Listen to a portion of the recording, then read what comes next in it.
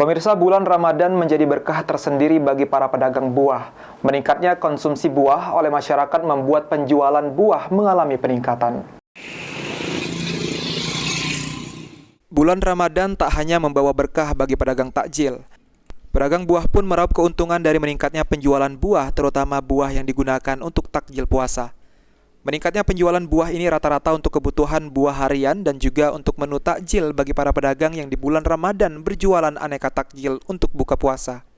Meningkatnya penjualan buah ini ternyata tidak menyebabkan kenaikan harga.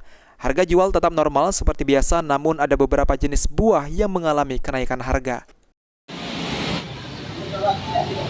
Selama bulan Ramadan ini, alhamdulillah kalau awal-awal penjualan ada peningkatan.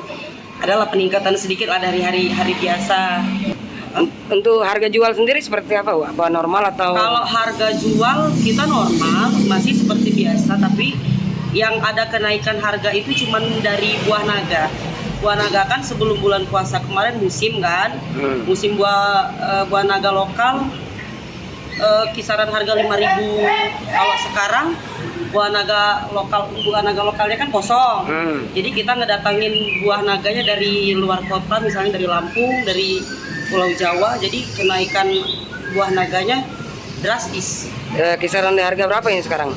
Kalau sekarang kisaran harga 25, 30. Kalau sebelumnya kan 10.000, 12.000. Buah yang mengalami kenaikan yakni buah naga. Sebelumnya harga buah naga di pasaran berada di kisaran 12.000 per kilonya. Setelah kenaikan harga buah naga menjadi 25.000 per kilogram. Kenaikan ini dikarenakan para pedagang harus mengimpor buah naga dari luar daerah seperti dari Lampung dan Pulau Jawa. Sri Fitriana, PAL TV.